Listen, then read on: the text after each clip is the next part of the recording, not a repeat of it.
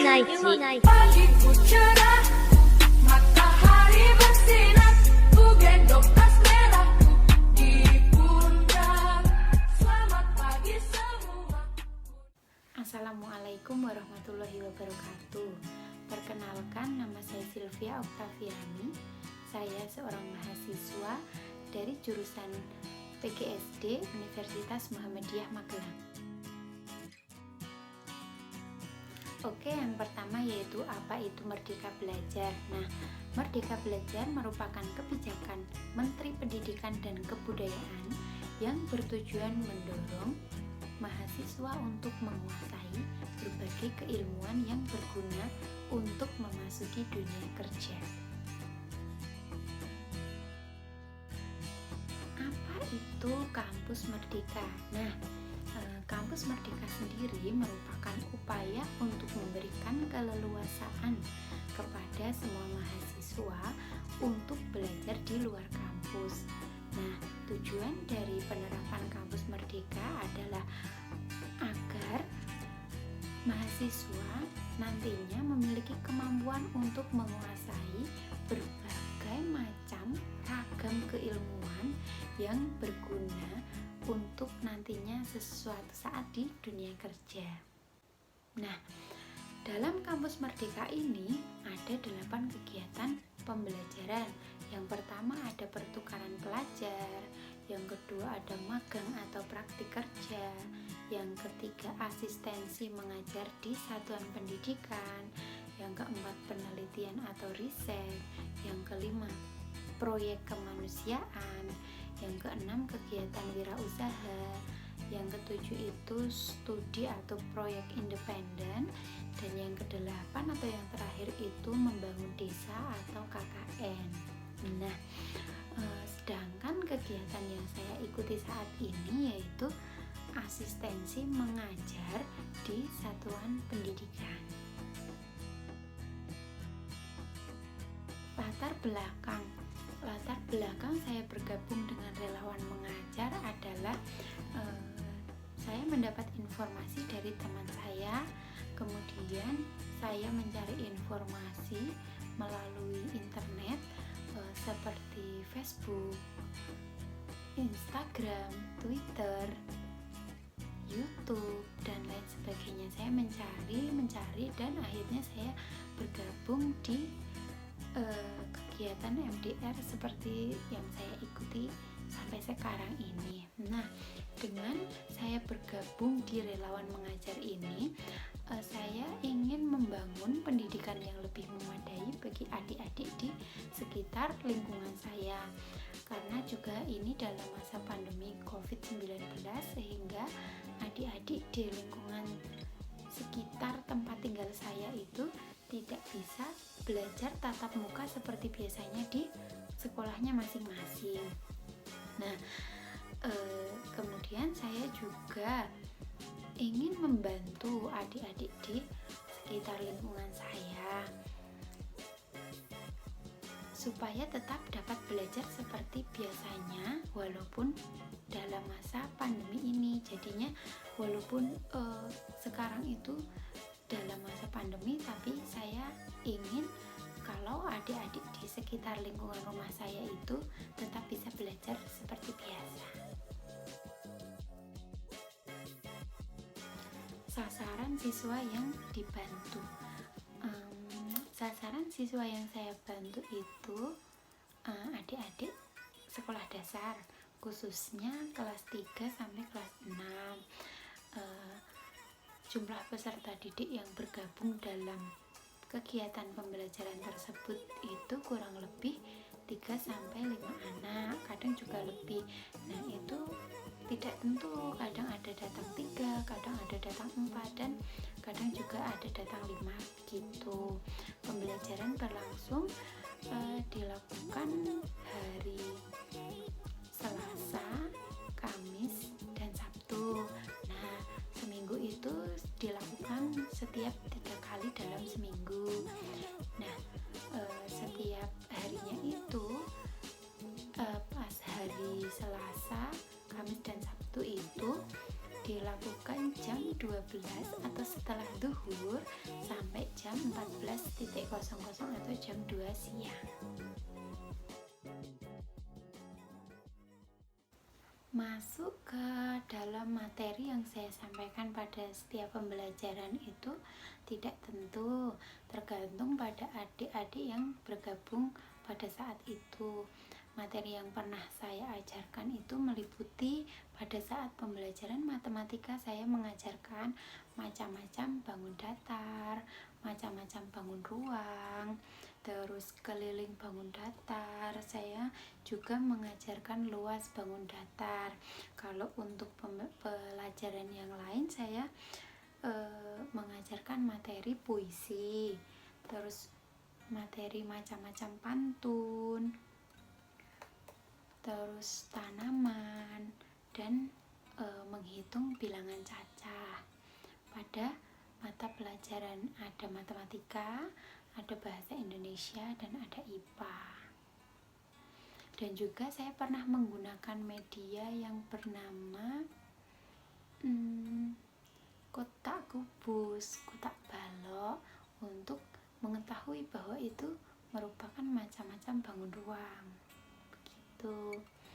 Dan media yang lain yang pernah saya gunakan, saya juga menggunakan media tusuk sate untuk mata pelajaran IPA. Untuk metode yang biasa saya gunakan dalam setiap pembelajaran, saya itu menggunakan metode belajar sambil bermain, yang mana nantinya adik-adik itu mendapat ilmu dan juga bisa sambil bermain. Saya juga menggunakan metode ceramah. Saya kadang-kadang melakukan pembelajaran kadang-kadang di dalam rumah saya misalnya, kalau tidak di lapangan atau di teras rumah, begitu.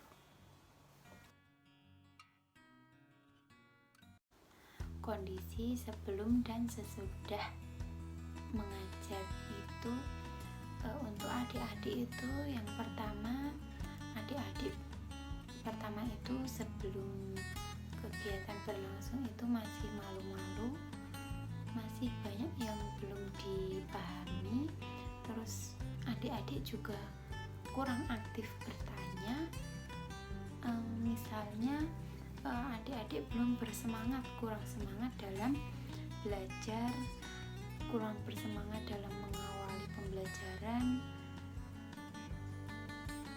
masih kurang termotivasi bahwa belajar itu sangat penting untuk kesuksesan mereka sendiri. Untuk materi-materi juga yang adik-adik yang masih saya ingat, adik-adik itu dalam materi bangun datar, macam-macam bangun datar itu adik-adik belum terlalu menguasai, jadi mereka masih bingung antara mana yang persegi, mana yang persegi panjang, mana yang untuk bangun ruang, mana yang kubus, yang balok, gitu. Mereka belum terlalu mahir, dan mereka juga belum bisa membedakan kalau oh ini pantun, oh ini puisi, begitu. Dan setelah kegiatan itu berlangsung beberapa hari, akhirnya saya melihat bahwa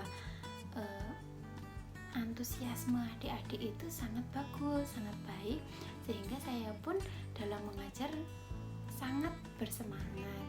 Seperti saya melihat setelah kegiatan itu berlangsung, saya melihat bahwa adik-adik semakin senang dan semakin semangat. Terus mereka semakin paham bahwa oh, persegi panjang itu dua sisinya pendek dan dua sisinya itu panjang, atau mereka adik-adik bisa membedakan bahwa persegi panjang seperti ini, persegi seperti ini, untuk balok seperti ini, untuk kubus seperti ini. Terus mereka juga sudah bisa membuat puisi sendiri. Seperti saya misal dalam pembelajaran waktu itu saya bilang kalau ayo adik-adik, saya kasih gambar gunung, ayo kalian bisa membuat puisi, dan itu sangat bagus-bagus puisinya gitu.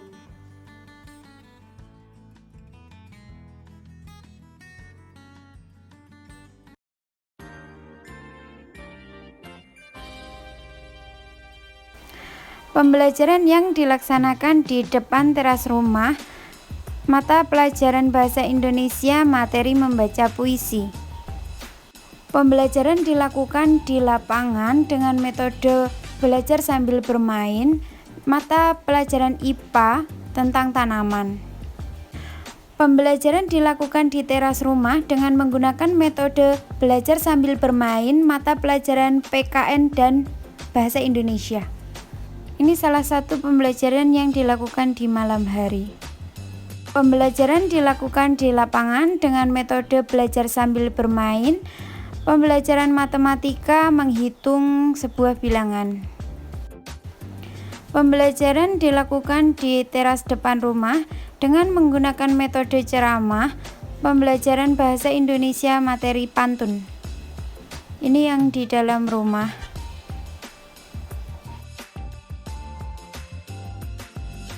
Assalamualaikum warahmatullahi wabarakatuh. Waalaikumsalam warahmatullahi wabarakatuh. Anak-anak gimana kabarnya? Alhamdulillah. Hari ini sehat semua kan? Oke, sebelum kita memulai pembelajaran hari ini, kita berdoa terlebih dahulu ya anak-anak. Ya, berdoa mulai. Berdoa selesai. Oke, Ibu mau tanya sama anak-anak.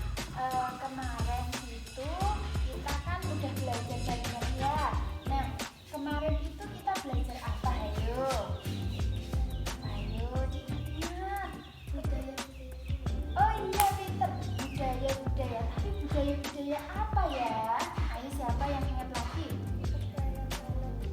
Oh iya, keberagaman budaya. Pinter sekali. Terus apa lagi ya, Mbak? Oh iya, kalau keberagaman budaya itu ada Bali, terus Jawa, terus masih banyak lagi. Nah. Assalamualaikum warahmatullahi wabarakatuh. Waalaikumsalam warahmatullahi wabarakatuh. Selamat pagi anak-anak. Bagaimana kabarnya hari ini? Baik, alhamdulillah sehat ya.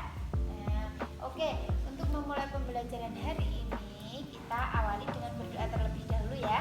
Yuk, berdoa mulai. Berdoa selesai. Oke, anak-anak, hari ini kita akan belajar dan bermain. Kita belajar keterampilan berbicara lewat permainan role playing. Role playing itu, role itu artinya bermain dan playing itu perang. Jadi role playing itu artinya bermain peran. Bermain peran itu apa? Bermain peran itu seperti bermain drama. Kalian pernah lihat drama? Pernah, oke. Nah, bermain peran merupakan metode yang melibatkan siswa untuk memerankan karakter orang lain, baik itu sama dengan karakternya maupun berbeda dengan karakternya. Nah, Ibu punya ini naskah drama buat kalian. Nah, sekarang kalian dibaca dulu sampai dari halaman 2 sampai halaman 4. Dibaca dulu ya.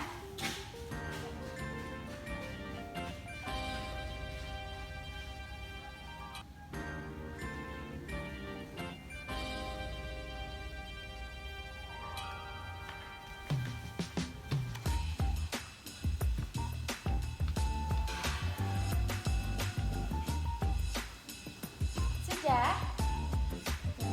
Ya, oke. Nah, kalian sudah membaca, di situ ada berapa tokoh? Ada 3. Oke, 3 yang pertama ada siapa namanya? Niko. Terus ada Meilan. Yang ketiga ada Yunas. Oke. Nah, kalian sudah mudeng belum? Isinya itu apa? Apa coba? Yang meminjam buku Meilan apa Miko? Miko. Terus Meilan bilang apa kalau minjam buku harus dikembalikan? Ya. Oke. Karena kita hari ini pelajarannya itu bermain peran. Nah, kalian harus bermain peran. Itu contohkan sebentar, gitu ya, Mbak. Nah, ini pagi itu Miko meminjam buku cerita Meilan.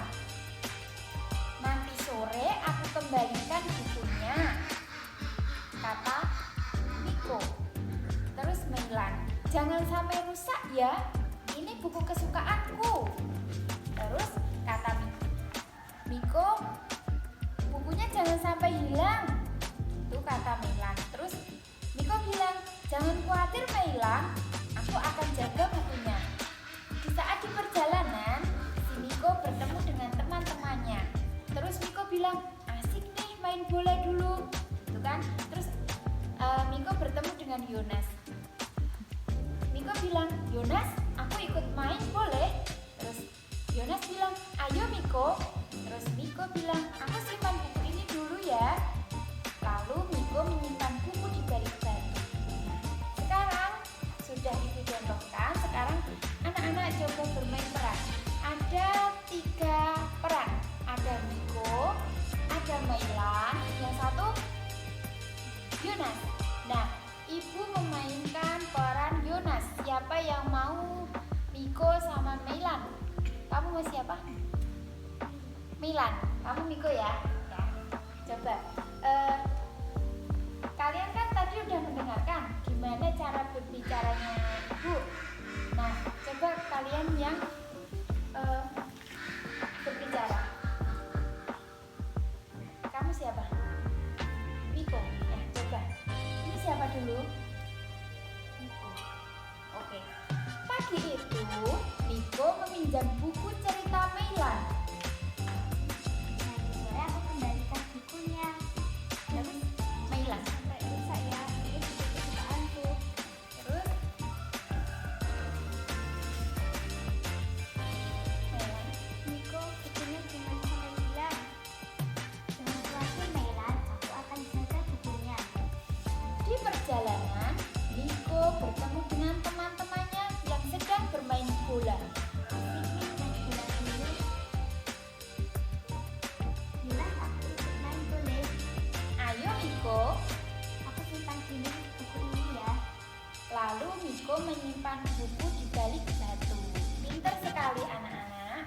Nah, jadi apa yang dilakukan Miko itu betul atau tidak? Tidak, karena dari Meilan yang meminjami kan harus disimpan dulu bukunya, gitu kan? Tapi ini malah dibuat ke main bola. Kalian sudah bisa kan bermain peran? Ya, pintar sekali. Jadi kesimpulannya, bermain peran merupakan metode yang melibatkan siswa untuk memerankan karakter. Karakter siapa? Kamu? Meilan, kamu karakter Miko. Jadi karakternya itu bisa sama diri kita, tapi bisa berbeda. Kayak si Kartika ya namanya. Kayak Kartika itu dia memerankan peran Miko, padahal Miko itu cowok atau laki-laki, tapi tetap bisa ya. Oke. Nah, sekian Ibu cukupkan hari ini. Kita tutup pembelajaran hari ini dengan bacaan hamdalah. Alhamdulillah.